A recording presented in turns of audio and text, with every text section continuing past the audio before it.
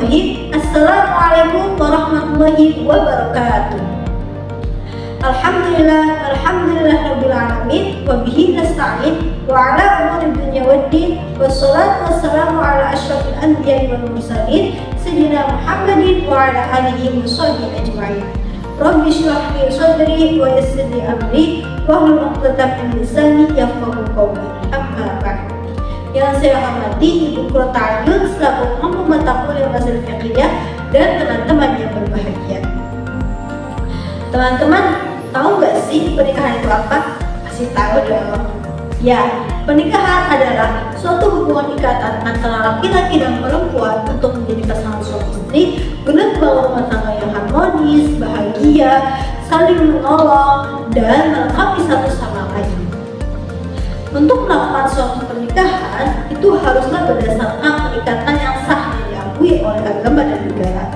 Sebagaimana yang ada dalam undang-undang, pernikahan harus sesuai dengan agama yang diikutnya. Namun, banyak ditemukan pernikahan yang beda agama atau kepercayaan. Lalu, bagaimana sih hukumnya? Oleh karena itu, pada kesempatan kali ini, saya Fazana Madinah Salsabila dari kelas IAT 3E akan menjelaskan pernikahan beda agama dalam perspektif Al-Quran dan Hadis. Untuk memudahkan pembahasan ini, kita harus mengklarifikasikan terlebih dahulu kategori non-muslim di Indonesia. Non-muslim dalam kajian sosiologi itu diartikan sebagai semua orang yang di luar agama Islam, termasuk agama Katolik, Hindu, Buddha, Yahudi, dan agama lainnya. Sedangkan dalam literatur Islam mereka disebut kafir. Lalu khusus untuk Yahudi dan Nasrani mereka disebut sebagai ahli kitab. Mengapa? Karena mereka memiliki kitab samawi, yaitu kitab Taurat dan kitab Injil. Kemudian dalam Al-Quran tren ahli kitab itu disebutkan sebanyak 31 kali yang merujuk pada Yahudi dan Nasrani. Begitu juga pada zaman Rasulullah dan sahabat, istilah ini hanya digunakan untuk menyebutkan dua komunitas tersebut. Sedangkan pada masa tabi'in, cakupan ahli kitab itu diperluas oleh sebagian ulama seperti Imam Abu Hanifah yang memasukkan siapapun yang mempercayai Nabi dan kitab Allah. Namun Imam Syafi'i membatasi ahli kitab hanya pada keturunan Bani Israel. Alasannya, Nabi Isa dan Nabi Musa diutus khusus untuk mereka. Sebaliknya, Imam At-Tabari menjelaskan definisi ini secara ideologis tanpa memperhatikan keturunan. Oke, sekarang kita masuk ke hukumnya. Mengenai pernikahan beda agama selain Yahudi dan Nasrani, para ulama sepakat atas keharamannya, baik itu pihak Muslim dengan wanita musyrik ataupun sebaliknya.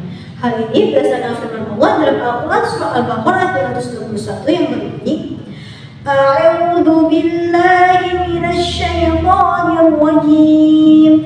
Bismillahirrahmanirrahim. Wa la tankihul musyrikati hatta yu'min wa la amatun mu'minatun khairun min musyrikatin walau a'jabatkum wa la tunkihul musyrikina hatta yu'minu wa la 'abdun mu'minun khairun min musyrikin walau a'jabakum.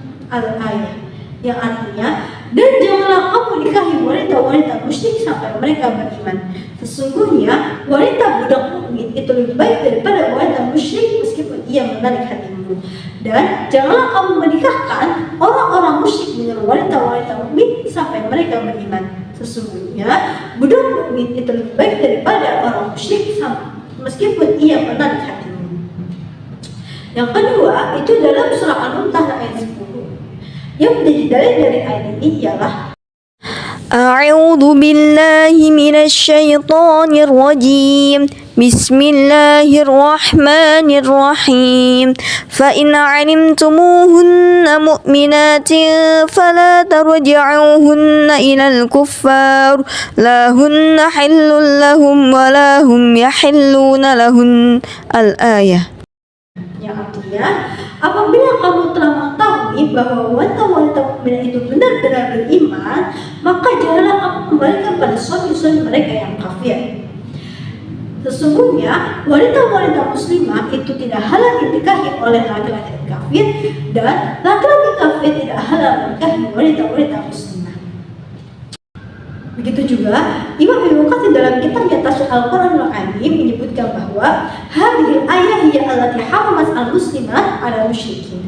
Ayat inilah yang menjadi dalil diharamkannya pernikahan wanita muslimah dengan orang musyrik. Kemudian mengenai pernikahan antara muslim dengan ahli kitab itu dibagi menjadi dua kategori. Yang pertama, pernikahan pria muslim dengan wanita ahli kitab itu diperbolehkan dalam syariat Islam sebagaimana dalam Al-Qur'an surah Al-Maidah ayat 5. Yang menjadi dalil dari ayat ini ialah A'udzu billahi minasyaitonir rajim. Bismillahirrahmanirrahim. Wal muhsanatu minal ladzina utul kitaba min qablikum al-ayat. Artinya, dan dihalalkan bagimu menikahi wanita-wanita yang dengan kehormatan di antara orang-orang yang diberi Alkitab sebelum kamu. Quran surah Al-Maidah ayat 5. Sementara itu, Majelis Ulama Indonesia melakukan fatwa pada 5 Juli 1980 mengenai keharaman menikahi wanita ahli kitab. Hal ini didasarkan pertimbangan kemaslahatan lokal. Meskipun kebolehan menikahi ahli kitab tetap diakui dalam surah Al-Maidah ayat 5. Fatwa ini juga dipengaruhi oleh kesadaran adanya persaingan agama yang dianggap akan membahayakan pertumbuhan masyarakat muslim. Nah, fatwa ini juga sejalan dengan mazhab Syafi'i karena Kristen dan Yahudi di Indonesia tidak dianggap ahli kitab. Kemudian, kategori yang kedua ialah pernikahan antara pria ahli kitab dengan wanita muslimah. Dalam hal ini, para ulama sepakat atas keharamannya berdasarkan dalil-dalil berikut. Yang pertama, Quran surah Al-Maidah ayat 5. Sebagaimana disebutkan tadi bahwa ayat ini hanya menjelaskan tentang kebolehan menikahi wanita ahli kitab, bukan sebaliknya. Jika diperbolehkan, maka Allah akan menegaskannya. Berdasarkan mafhum mukhalafah, maka pernikahan antara pria ahli kitab dengan wanita muslimah itu diharamkan oleh syariat Islam. Kemudian yang kedua ialah Imam Ibnu Jarir At-Tabari dalam kitabnya Tafsir At-Tabari meriwayatkan hadis dari Abdullah bin Jabir radhiyallahu anhu dari Nabi SAW bersabda, "Natazawwaju nisa ahli kitab wa la tazawwajuna nisa'ana." Kami kaum muslim menikahi perempuan ahli kitab, sedangkan mereka ahli kitab tidak boleh menikahi perempuan-perempuan kami. Yang ketiga ialah ijma sahabat. Para sahabat dan ulama dari zaman dulu hingga kini tidak ada yang memperbolehkan pernikahan antara pria ahli kitab dengan wanita muslimah. Kemudian yang keempat itu ada kaidah fikih yang menyebutkan al-aslu fi abdoi at-tahrim, yang artinya dalam masalah farj hukum asalnya itu ialah haram. Oleh karena itu, jika ada dua hukum perbedaan pendapat mengenai farj wanita antara hal dan haram, maka yang dibenarkan adalah yang mengharamkannya.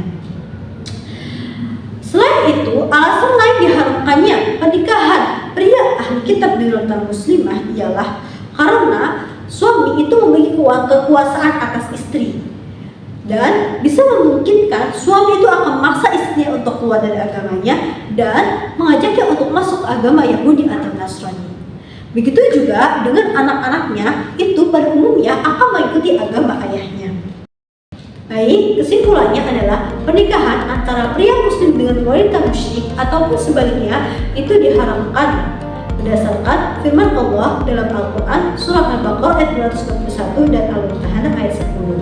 Begitu juga dengan pernikahan pria ahli kitab dengan wanita muslimah karena berkonsekuensi pada keimanan istri dan anak-anaknya. Sedangkan pernikahan antara pria muslim dengan wanita ahli kitab itu diperbolehkan dalam syariat Islam berdasarkan firman Allah dalam Al-Quran surah Al-Maidah ayat 5. Namun sebagian ulama ada yang mengharamkannya karena mempertimbangkan konteks lokal seperti fatwa MUI. Tapi perlu ditegaskan di sini bahwa kebolehan pernikahan antara pria muslim dengan wanita ahli kitab itu hanya kebolehan, bukan anjuran ataupun perintah.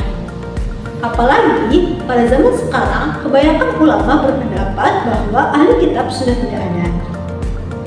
Baik, cukup sekian yang dapat saya sampaikan. Kurang dan lebihnya mohon maaf. Wallahul muwaffiq ila aqwamit thoriq. Wassalamualaikum